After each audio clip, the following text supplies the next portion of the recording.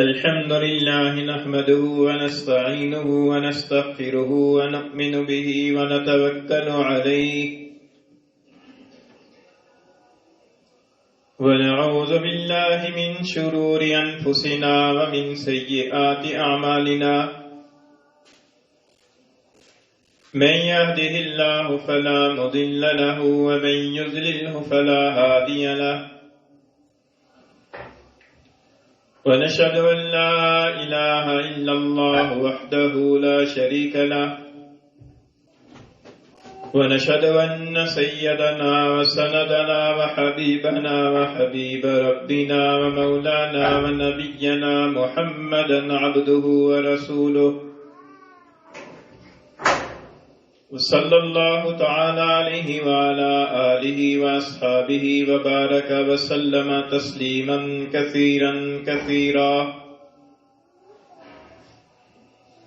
أما بعد فأعوذ بالله من الشيطان الرجيم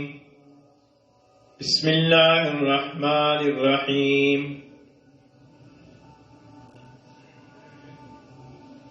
ولا تسبوا الذين يدعون من دون الله فيسبوا الله عدوا بغير علم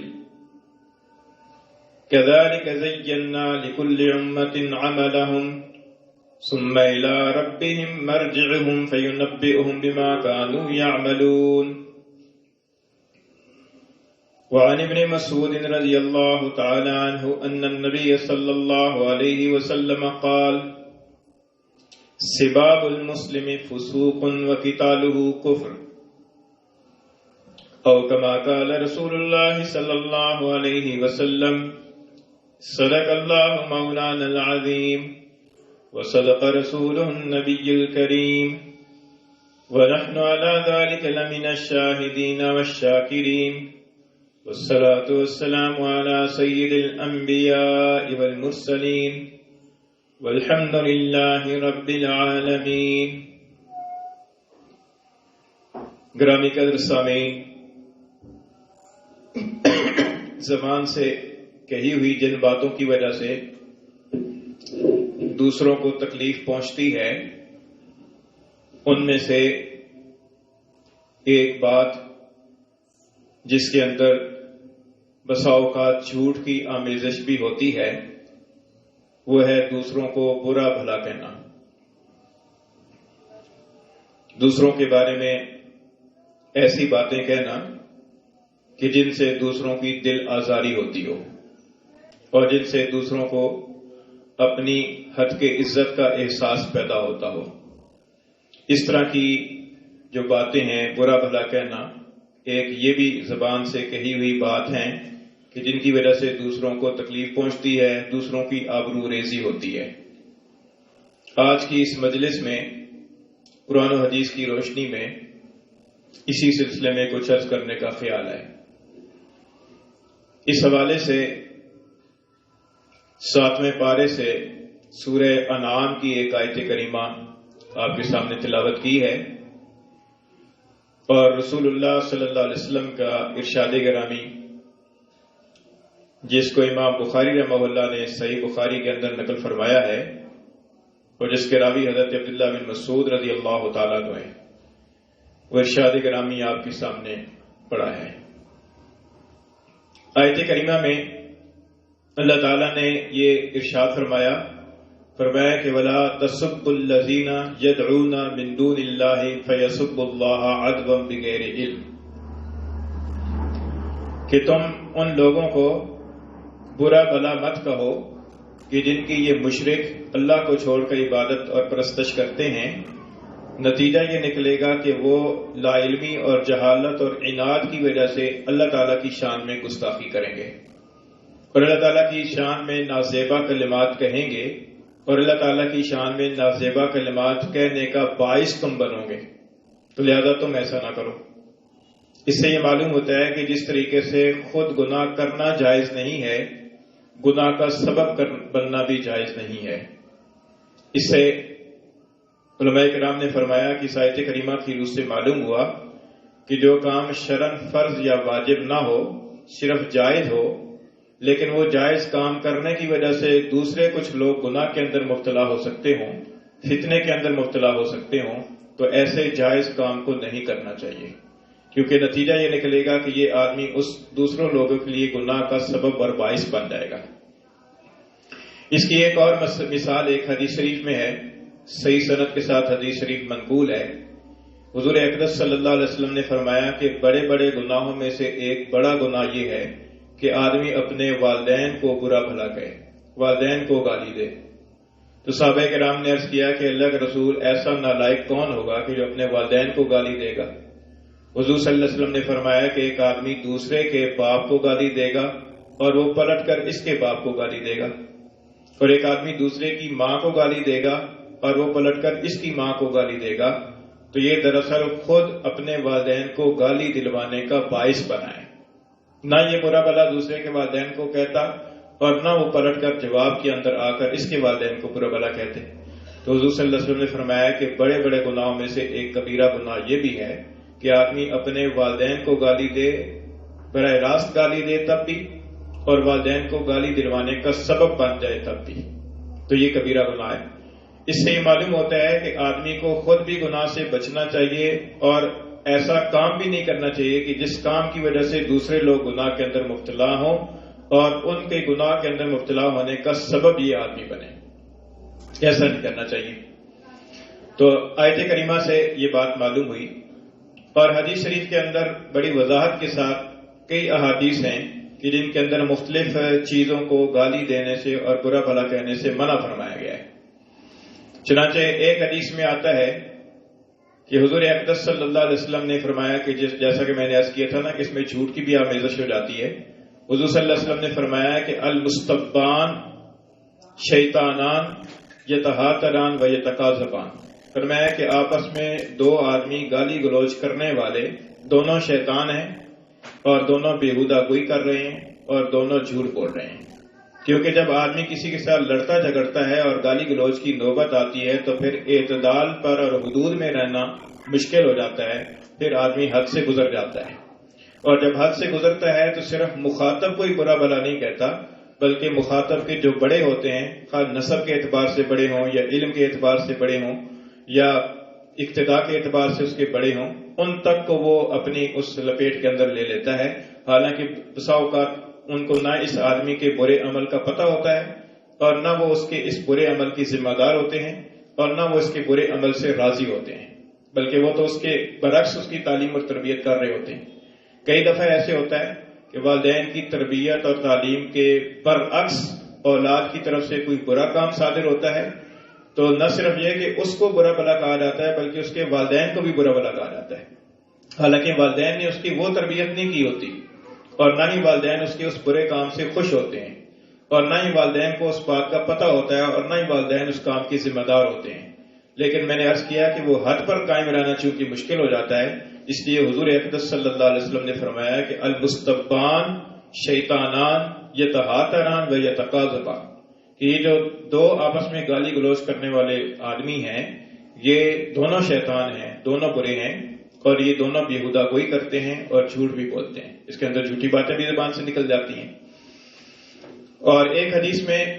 حضور اقدس صلی اللہ علیہ وسلم نے ایک صحابی کو نصیحتیں فرمائی ہیں، ایک لمبی حدیث ہے، حضرت جابر بن سلیم رضی اللہ تعالیٰ عنہ سے روایت ہے، فرماتے ہیں کہ میں ایک مرتبہ دیکھا میں نے کہ ایک صاحب ہیں اور ان کے پاس لوگ آتے ہیں اور ان سے رائے معلوم کرتے ہیں اور جو کچھ وہ شخصیت اور وہ ہستی فرما دیتے ہیں بس اسی کو قبول کر لیتے ہیں اور انہی کی رائے لے لے کر واپس پلٹتے ہیں۔ تو مجھے چونکہ پہچان نہیں تھی تو میں نے لوگوں سے سوال کیا کہ من ھذا، یہ کون ہے، یہ اتنی بڑی ہستی، یہ اتنی بڑی شخصیت کون ہے کہ جن کی رائے کو اور جن کی بات کو لوگ چپ چاپ سن کر قبول کر لیتے ہیں؟ تو لوگوں نے بتایا کہ ھذا رسول اللہ صلی اللہ علیہ وسلم، کہ یہ اللہ کے رسول ہیں صلی اللہ علیہ وسلم۔ حضرت جابر بن سلیم رضی اللہ عنہ فرماتے ہیں کہ میں حضور کی خدمت میں حاضر ہو گیا، آپ کے پاس آ گیا اور آپ کے پاس آ کر کہا کہ علیک السلام یا رسول اللہ، علیک السلام، 2 مرتبہ میں نے کہا علیک السلام۔ حضور اقدس صلی اللہ علیہ وسلم نے فرمایا کہ لا تقل علیک السلام، علیک السلام نہ کہو، اس لیے کہ علیک السلام یہ مردوں کا تحیہ ہے، یعنی زمانہ جاہلیت کے اندر جب مردوں کے پاس جاتے تھے تو ان کو سلام کرنے کے لیے علیک السلام یعنی علیکہ کا لفظ پہلے اور سلام کا لفظ بعد میں بولتے تھے. تم ایسے نہ کہو. زندوں کو سلام کرنے کا طریقہ یہ ہے کہ پہلے السلام کہا جائے پھر علیک کہا جائے، السلام علیکم. لیکن زمانہ جاہلیت کی بات ہے، اس زمانے کے اندر یہ رواج تھا. باقی سنت طریقہ قبرستان کے اندر جو آ کر بھی سلام کرنے کا یہ ہے کہ السلام علیکم یا اہل القبور، یا السلام علیکم دار قوم مؤمنین. یہ الفاظ خود حضور صلی اللہ علیہ وسلم سے احادیث کے اندر منقول ہیں. اس سے یہ معلوم ہوتا ہے کہ خاص زندے کو سلام کرنا ہو یا قبرستان کے اندر جا کر کسی قبر کے پاس جا کر سلام کرنا ہو، دونوں صورتوں کے اندر طریقہ یہ ہے کہ لفظ السلام پہلے ہو اور علیک کا لفظ کا بعد میں ہو. ہاں، جواب دیتے وقت میں وہ علیک کا لفظ پہلے آئے گا اور سلام کا لفظ بعد میں آئے گا، جو ترتیب اور سنت طریقہ ہے. تو حضرت جابر فرماتے ہیں کہ میں نے اسی اپنی عادت کے مطابق کہا علیک السلام. تو حضور صلی اللہ علیہ وسلم نے فرمایا کہ علیک السلام نہ کہو، یہ مردوں کا تحیہ ہے، مردوں کو سلام دینے کا طریقہ زمانہ جاہلیت میں ہے، تم السلام علیک کہو. تو حضرت جابر رضی اللہ تعالیٰ عنہ فرماتے ہیں کہ میں نے پوچھا کہ انت رسول اللہ، یعنی استفہامیہ انداز کے اندر میں نے عرض کیا کہ انت رسول اللہ، آپ اللہ کے رسول ہیں. حضور صلی اللہ علیہ وسلم نے ارشاد فرمایا کہ انا رسول اللہ الذی، میں اس اللہ کا رسول اور پیغمبر ہوں کہ جس اللہ کو جب تم کی مصیبت تمہیں پہنچ جائے اور تم پکارو اس اللہ کو تو وہ اللہ تمہاری تکلیف دور کر دے. اور فرمایا کہ میں اس اللہ کا پیغمبر ہوں کہ جب تمہیں کوئی قحط سالی اور خشک سالی پیش آ جائے اور تم اس اللہ کو پکارو تو اللہ تعالیٰ تمہارے لیے زمین سے سبزہ اور نباتات اور غلے اور سبزیاں اگا دے. اور پھر فرمایا کہ میں اس اللہ کا رسول ہوں کہ جب تم کسی چٹیل بیابان میدان کے اندر چل رہے ہو اور تمہاری سواری گم ہو جائے اور تم اس اللہ کو پکارو تو وہ اللہ تمہاری سواری تمہیں لوٹا دے. حضور اقدس صلی اللہ علیہ وسلم نے ان کو توحید کا درس دیا،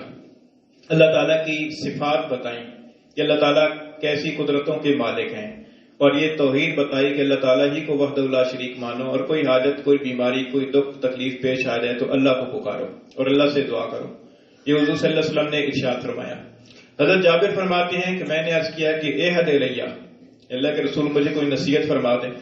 اس سے یہ معلوم ہوتا ہے کہ بزرگوں کے پاس، دینی پیشواؤں کے پاس، اہل علم حضرات کے پاس جانا ہو تو انسان کو کبھی کبھار اپنے لیے نصیحت کی فرمائش کرنی چاہیے، درخواست کرنی چاہیے کہ مجھے کوئی نصیحت کر دیں. بسا اوقات یہ ہوتا ہے کہ اگلا آدمی بھی انسان ہی ہے، لیکن بسا اوقات یہ ہوتا ہے کہ جو نصیحت مانگنے والے ہوتا ہے اس کے دل کے اندر ایسی سچی طلب ہوتی ہے کہ اللہ تعالیٰ اس اگلے آدمی کی زبان سے ایسی بات کہلوا دیتا ہے کہ جو اس کے دل پر لگتی ہے اور اس کی پر اثر کرتی ہے اور جس کی وجہ سے اس کی زندگی بدلتی ہے. تو حضرت جابر فرماتے ہیں کہ میں نے عرض کیا کہ اے حد الیہ، مجھے اللہ کے رسول نصیحت فرما دیں. پھر حضور اقدس صلی اللہ علیہ وسلم نے چند باتوں کی ان کو نصیحت فرمائی. پہلی نصیحت یہ فرمائی کہ لا تسبن احدا، کسی کو ہرگز گالی نہ دینا. حضرت جابر سے فرمایا کہ کسی کو ہرگز گالی نہ دینا، پہلی نصیحت یہ فرمائی. اب یہ نصیحت فرمائی تو حضرت جابر فرماتے ہیں کہ فما سببت بعدہ احدا لا حرا ولا عبدا لا بعیرا ولا شاتا، اس کے بعد میں نے کسی کو کبھی گالی نہ دی، نہ کسی آزاد شخص کو، نہ کسی غلام کو، نہ کسی اونٹ کو، نہ کسی بکری کو، کبھی کسی کو گالی نہیں دی. حضرت جابر رضی اللہ تعالیٰ نے اس نصیحت پر عمل کیا. حضرت جابر رضی اللہ تعالیٰ کے ان الفاظ سے پتہ چلتا ہے کہ جس طریقے سے انسان کو برا بھلا کہنا برا ہے، غلط ہے، اسی طریقے سے جانور کو برا بھلا کہنا بھی غلط ہے. چنانچہ ایک حدیث میں آتا ہے کہ حضور اقدس صلی اللہ علیہ وسلم نے فرمایا لا تسب الدیک، مرغے کو گالی نہ دو، فإنه یوقظ للصلاۃ، اس لیے کہ وہ نماز کے لیے جگاتا ہے. یعنی مرغے کو گالی نہ دو کیونکہ مرغا جو ہے وہ سحری کے وقت میں اذان دیتا ہے اور نماز کے لیے جگاتا ہے. یہ جن لوگوں نے جانور رکھے ہوتے ہیں یا جو دیہاتی لوگ ہوتے ہیں، اوسا اوقات غصے کے اندر اور اعتدال سے تجاوز کرتے ہوئے جانوروں تک کو بھی برا بھلا کہہ دیتے ہیں اور جانوروں کو بھی گالیاں دیتے ہیں. تو حضور اقدس صلی اللہ علیہ وسلم کی اس نصیحت سے اور حضرت جابر رضی اللہ تعالیٰ کی اس نصیحت کو قبول کرنے کے الفاظ سے یہ پتہ چلتا ہے کہ جانور کو بھی گالی دینا برا ہے. اس حدیث میں صاف طور پر حضور نے فرمایا کہ مرغے کو گالی نہ دو، بلکہ جو بے جان چیزیں ہیں ان کو بھی برا بھلا کہنا غلط ہے. ایک حدیث میں آتا ہے کہ حضور صلی اللہ علیہ وسلم نے فرمایا کہ لا تسب الریح، ہوا کو گالی نہ دو، اس لیے کہ ہوا اللہ تعالیٰ کے حکم سے چلتی ہے بسا اوقات ہوا تیز چلتی ہے اور تیزی کی وجہ سے کچھ نقصان بھی ہو جاتے ہیں، تو اللہ کے رسول نے فرمایا کہ ہوا کو گالی نہ دو، اور ہوا اللہ کے حکم سے چلتی ہے۔ ہاں، جس ہوا سے تمہیں نقصان کا اندیشہ ہے تو اللہ تعالیٰ سے دعا کرو، اللہ تعالیٰ سے یہ دعا کرو کہ اللہم انا نسألک من خیر ھذا الریح وخیر ما فیہا وخیر ما امرت بہ، اے اللہ ہم آپ سے اس ہوا کی خیر کا سوال کرتے ہیں اور جو کچھ اس کے اندر ہے اس کی خیر کا سوال کرتے ہیں، اور جس حکم کے ساتھ آپ نے اس کو چلنے کا حکم دیا ہے اس کی خیر کا سوال کرتے ہیں۔ اور فرمایا کہ من اعوذ بک من شر ھذا الریح وشر ما فیہا وشر ما امرت بہ، اور اے اللہ ہم آپ کی پناہ چاہتے ہیں اس ہوا کے شر سے اور جو کچھ اس کے اندر ہے اس کے شر سے، اور جس حکم کے ذریعے سے اس کو چلایا گیا ہے اس کے شر سے۔ تو حضور اقدس صلی اللہ علیہ وسلم نے فرمایا کہ ہوا کو، بارش کو، بادل کو، ان چیزوں کو برا بھلا نہ کہو، بلکہ اللہ تعالیٰ سے ان چیزوں کی خیر کا سوال کرو۔ اسی طریقے سے ایک حدیث میں آتا ہے کہ حضور نے فرمایا کہ سورج اور چاند کو برا بھلا نہ کہو، اور رات اور دن کو برا بھلا نہ کہو، یعنی بے جان چیزوں کو بھی برا بھلا کہنے سے حضور صلی اللہ علیہ وسلم نے منع فرمایا، اس لیے کہ یہ جتنے بھی تغیرات ہوتے ہیں یہ سارے تغیرات اللہ تعالیٰ کے حکم سے ہوتے ہیں۔ دن اور رات کا آنا جانا، دن اور رات کا لمبا اور چھوٹا ہونا، سردی اور گرمی کا آنا، ہواؤں کا چلنا، ہواؤں کا رکنا، اور گرمی کا تیز ہو جانا، سردی کا تیز ہو جانا، بارشوں کا برسنا، بادلوں کا آنا، سورج کا نکلنا، چاند کا چلنا، یہ سب اللہ تعالیٰ کے حکم سے ہوتے ہیں۔ اسی وجہ سے ایک حدیث میں آتا ہے کہ حضور صلی اللہ علیہ وسلم نے فرمایا کہ لا تسبوا الدہر، زمانے کو گالی نہ دو، اس لیے کہ زمانہ تو اللہ تعالیٰ ہی پیدا کرتا ہے، زمانے کے اندر جو حالات ہے وہ حالات بھی اللہ ہی پیدا کرتے ہیں۔ اور ایک حدیث میں، حدیث قدسی میں آتا ہے کہ اللہ رب العزت کا ارشاد ہے، حدیث قدسی اس کو کہتے ہیں کہ جو اللہ تعالیٰ کا ارشاد حضور صلی اللہ علیہ وسلم نقل کر کے فرمائیں۔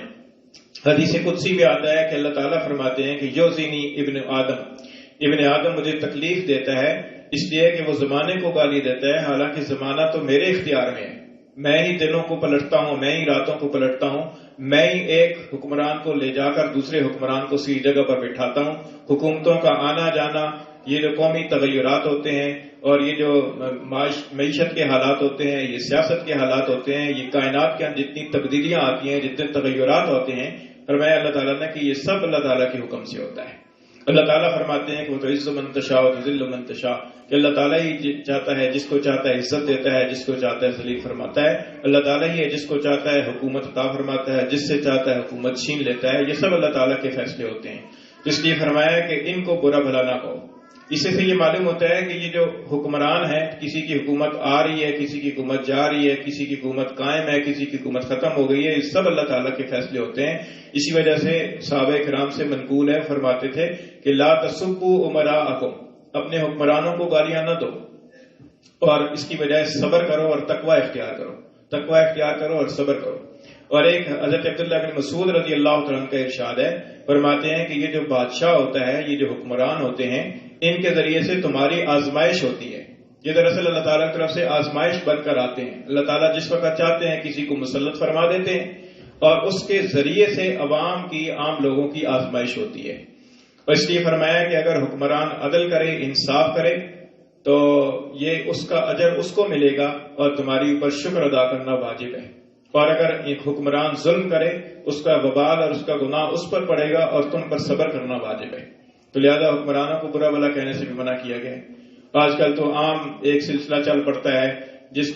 سیاسی پارٹی کے ساتھ وابستگی ہے تو اس کے مخالفین کو برا بھلا کہنا اور اس کے بارے میں لان تان کرنا اور طرح طرح کے کمنٹس اور تبصرے کرنا اور طرح طرح کی باتیں اس کے بارے میں، یہ کارٹون اور ویڈیو اور آڈیو اور اس طرح کی چیزیں بنانا، یہ بہت چلتا ہے اور یہ گناہ ہے، اور کئی دفعہ اس کو گناہ سمجھا بھی نہیں جاتا، حالانکہ یہ بہت بڑا گناہ ہے۔ تو میں یہ عرض کر رہا تھا کہ حضرت جابر رضی اللہ تعالیٰ عنہ کو حضور صلی اللہ علیہ وسلم نے پہلی نصیحت یہ فرمائی کہ لا تسبن احدا، کسی کو گالی ہرگز مت دینا۔ پھر اس کے بعد دوسری نصیحت فرمایا کہ ولا تحقرن من المعروف، کسی نیکی کو ہرگز حقیر خیال نہ کرنا۔ وَإِن تَكَلَّمَ أَخَاكَ وَأَنْتَ مُنبَسِطٌ إِلَيْهِ وَجْهَكَ، فرمایا کہ کسی نیکی کو حقیر خیال نہ کرنا، اگرچہ یہ ہو کہ اپنے بھائی سے بات کرتے وقت میں تم اس کے ساتھ خندہ پیشانی کے ساتھ بات کرو، یعنی کسی کے ساتھ تبسم آمیز لہجے کے اندر اور مسکراتے ہوئے بات کرو. فرمایا کہ یہ بھی ایک نیکی ہے اور اس نیکی کو بھی حقیر خیال نہ کرو. تو یہ دوسری نصیحت فرمائی. اس سے یہ معلوم ہوتا ہے کہ کسی نیکی کو بھی معمولی خیال نہیں کرنا چاہیے. بعض اوقات کوئی معمولی نیکی اللہ تعالیٰ کے یہاں قبول ہو جاتی ہے اور وہ انسان کی نجات کا باعث بن جاتی ہے. بڑے بڑے اعمال رکھے رہ جاتے ہیں اور بسا اوقات چھوٹے سے عمل کی وجہ سے اللہ تعالیٰ کے یہاں نجات ہو جاتی ہے. تو اس لیے کسی کام کو بھی خیر کے کام کو معمولی نہ سمجھا جائے. یہ دوسری نصیحت فرما دی. پھر تیسری نصیحت فرمایا کہ ارفع ازارک الی نصف الساق. فرمایا کہ اپنے ازار کو، اپنی شلوار کو، اپنی لنگی کو، اپنے تہبند کو نصف پنڈلی تک اٹھا کر رکھو. یعنی نیچے سے اٹھا کر نصف پنڈلی تک رکھو. اور پھر فرمایا کہ اگر تم نصف پنڈلی تک نہیں رکھنا چاہتے اور اس سے تمہیں شرم آتی ہے تو ٹخنوں سے اوپر ضرور رکھو. پھر فرمایا کہ اپنے شلوار کو، اپنی لنگی کو، اپنی تہبند کو وہ ٹخنوں سے نیچے لٹکا کر رکھنے سے بہت زیادہ بچو، اس لیے کہ یہ تکبر کی وجہ سے ہوتا ہے اور تکبر اللہ تعالیٰ کو پسند نہیں ہے. تو یہ تیسری نصیحت فرمائی حضور صلی اللہ علیہ وسلم نے حضرت جابر رضی اللہ عنہ کو. تو یہ تین نصیحتیں فرمائی اور پھر اس کے بعد ایک چوتھی نصیحت بھی فرمائی. اور وہ چوتھی نصیحت فرمانے کے بعد پھر اس بات کو، اس چیز کو مکمل فرمایا. اور چوتھی نصیحت یہ اسی گالی سے متعلق فرمائی. وہ چوتھی نصیحت یہ کہ حضور صلی اللہ علیہ وسلم نے فرمایا کہ اگر کوئی آدمی تمہیں آر دلائے کسی عیب کی وجہ سے، اس عیب کی وجہ سے کہ جو عیب تمہارے اندر موجود ہے اور اسے پتہ ہے اور اس کی وجہ سے تمہیں برا بلا کہہ رہا ہے، تمہیں آر دلا رہا ہے، تو فرمایا کہ پھر تم کسی ایسے عیب کی وجہ سے کہ جو اس کے اندر موجود ہے اور تمہیں پتہ ہے اس کو آر نہ دلاؤ. اس لیے کہ پھر ایسی صورت کے اندر اس آر دلانے کا وبال اسی پر پڑے گا اور تم بری ہوگی. تو یہ چوتھی نصیحت فرمائی. اب اس چوتھی نصیحت کے اندر بھی اسی گالی کے متعلق نصیحت ہے کہ اگر کوئی آدمی تمہیں گالی دیتا ہے، تمہارے ماں باپ کو برا بلا کہتا ہے اور تمہارے اندر کوئی کیڑا نکالتا ہے، تمہارے اندر کوئی عیب نکالتا ہے، تمہیں کسی عیب کی وجہ سے شرمندہ کرتا ہے، تو فرمایا کہ تم اس کی جو کمزوری جانتے ہو، اس کمزوری کی وجہ سے تم اسے شرمندہ نہ کرو، اسے آر نہ دلاؤ، اسے برا بلا نہ کہو. ایسی صورت کے اندر ہوگا کیا کہ اس نے جو آر دلائی ہے اس کا وبال اسی پر پڑے گا. تو یہ چوتھی نصیحت فرمائی حضور صلی اللہ علیہ وسلم نے. تو اس میں پہلی جو نصیحت تھی ولا تسبن احدا، اس کے اندر بھی گالی نہ کرنے کی وصیت تھی، اور آخری جو وصیت تھی اس کے اندر بھی یہی تھا کہ کسی کو برا بلا نہ کہو. بعض اوقات ایسے ہوتا ہے کہ کوئی آدمی کسی دوسرے کو کسی گناہ کے اندر مبتلا دیکھ کر اس کو حقیر سمجھتا ہے اور حقیر سمجھ کر اس کو شرمندہ کرتا ہے، آر دلاتا ہے. تو ایسا ہو جاتا ہے، اکثر اوقات ایسے ہوتا ہے کہ اللہ تعالیٰ اس آر دلانے والے شخص کو اسی گناہ کے اندر جب تک مبتلا نہ کر دیں اس وقت تک اسے موت نہیں آتی. تو بہت ڈرنے والی بات ہے کہ انسان کسی کو حقیر سمجھے کسی گناہ کی وجہ سے یا اس کو آر دلائے، ایسا کرنے سے منع فرمایا. تو یہ اس حدیث شریف سے بھی معلوم ہوتا ہے کہ کسی کو گالی نہ دی جائے اور گالی دینے سے بچا جائے.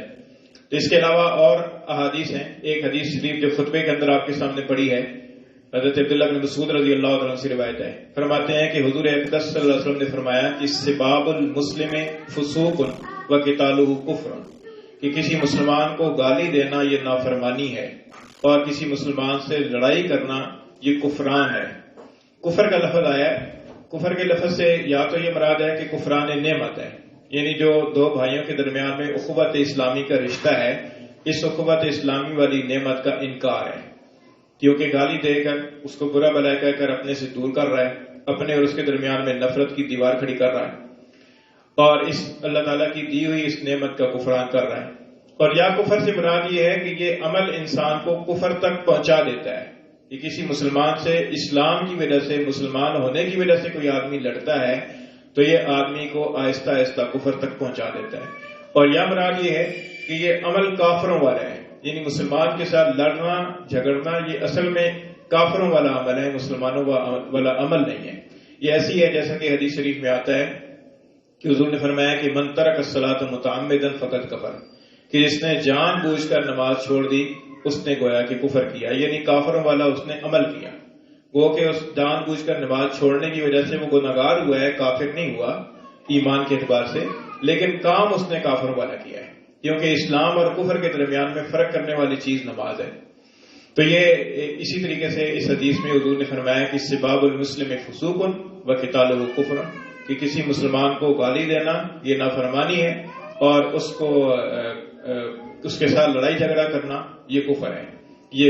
ہے، یعنی کفر والا کام ہے۔ تو اس آیت کریمہ سے بھی یہ معلوم ہوتا ہے، اور احادیث بھی جتنی آپ کے سامنے بیان کی ہیں، تمام احادیث سے یہ معلوم ہوتا ہے کہ کسی کو گالی دینا، برا بھلا کہنا، یہ بھی انسان کی زبان سے نکلے ہوئے کلمات ہیں کہ جن کی وجہ سے دوسروں کو تکلیف پہنچتی ہے، اور بسا اوقات ان میں جھوٹ کی آمیزش بھی ہوتی ہے۔ اچھا، گالی جو ہے نا، ایک تو بےہودہ گالی ہے نا، کہ جیسے ماں بہن کی گالی دی جاتی ہے، اور ایک اس سے ہٹ کر کچھ ایسے الفاظ بولے جاتے ہیں کہ جن کو شاید گالی نہ سمجھا جاتا ہو، لیکن وہ بھی علماء کرام نے فرمایا کہ وہ بھی دوسرے کو برا بھلا کہنے کے مفہوم کے اندر آتے ہیں، جیسے کسی کو ملعون کہنا، لعنتی کہنا، یہودی کہنا، منافق کہنا، یا کمینہ کہنا، خبیث کہنا، احمق کہنا، بیوقوف کہنا، اس طرح کے جو الفاظ بولے جاتے ہیں، کم بخت، بدبخت وغیرہ، یہ اس طرح کے جو الفاظ ہیں، ان الفاظ سے بھی دوسرے کو تکلیف پہنچتی ہے، اور اس کی وجہ سے بھی ایک برا بھلا کہنے کا عنصر اس کے اندر بھی شامل ہے۔ تو اس طرح کے کلمات اور الفاظ سے اپنی زبان کو بچانا چاہیے۔ اللہ تعالیٰ ہمیں عمل کی توفیق عطا فرمائے۔